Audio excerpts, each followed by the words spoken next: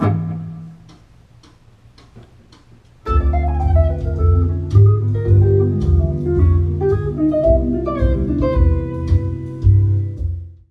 this is Ryan Carraher with a 5-part lesson series on playing modern 2-5-1 lines. This is part 1 of 5. In this lesson, we will be discussing the possible chord scale options in a 2-5-1 setting. I hope you enjoy it, and check out my website for more free lessons and to schedule Skype lessons with me. Thanks for watching.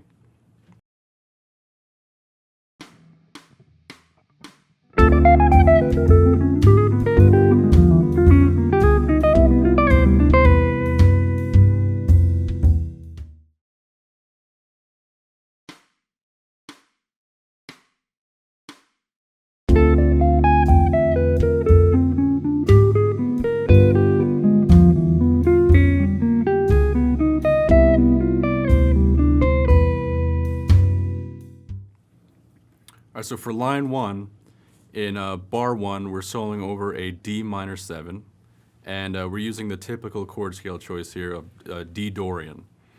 So primarily this entire line is just D Dorian. There's a lot of wide intervallic things to make it sound a little bit more interesting, and there's also a few passing tones. So I'm just going to point out the passing tones for you.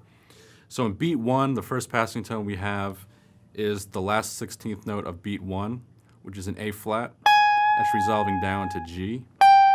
And then on beat 2, the last 16th note is a B flat, which resolves down to A, which is the 5th of D minor 7. And then on the third 16th note of beat 3, we have a D flat, or a C sharp, which is resolving up a half step to the root of D. Now in the last beat of measure 1, the second 16th note is an A flat. And this note doesn't resolve in this bar. It actually resolves in the next bar on the second 16th note to the note G, which is the root of G7. And then finally, the last note of bar 1 is a B flat, which resolves up to the 3rd of G7.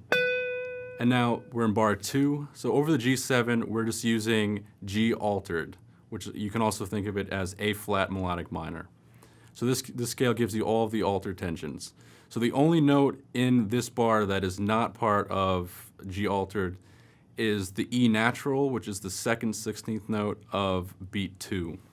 So everything else is just part of A flat melodic minor or G altered, however you want to look at it. There's just a few wide intervallic leaps to make it sound more interesting and less scalar. And then the last bar on the C major 7, we have a sequence.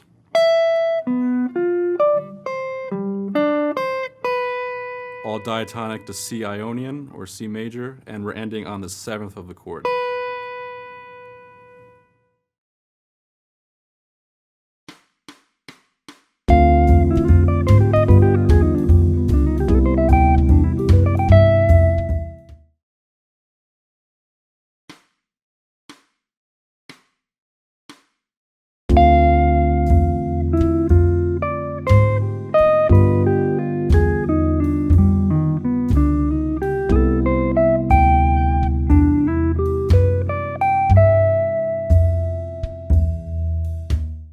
All right, so line 2, again over the first chord, D minor 7, we're again using D Dorian. Everything in the bar is D Dorian. There's a few wide intervals to make it more interesting and less scalar. And the last note is an E flat, which it doesn't resolve in the first bar. It resolves indirectly in the second bar. It resolves in beat 2, the last triplet note, to this D right here. Now this isn't the typical resolution for this note. Typically we would want this E flat, which is the flat 13 on the upcoming G7 chord, to resolve down a half step to the 5th. But we are resolving to the 5th, but just in a different octave. So it still sounds a resolution, but not as strong as a resolution.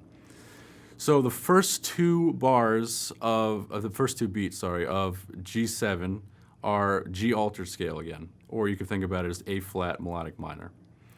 The last two beats are a 2-1-2-1 pattern. And all this means is that you have two notes on one string, one note on the next string, and you repeat the pattern. So in this case is this. We have two notes, one note, and then 2 notes on the G string, and then 1 note on the B string. And then that continues into the next measure when we get to C major 7. And then on C major 7, on beats 3 and 4, we have an E minor 7 chord being superimposed over C major 7. And we're ending on the 3rd of the chord. I hope you enjoyed this lesson on modern 251s. Please check out my other lessons. I have a lot of free downloadable lessons on my website, www.ryancarraher.com. You can also schedule one-on-one Skype lessons with me through my website. Thank you for watching.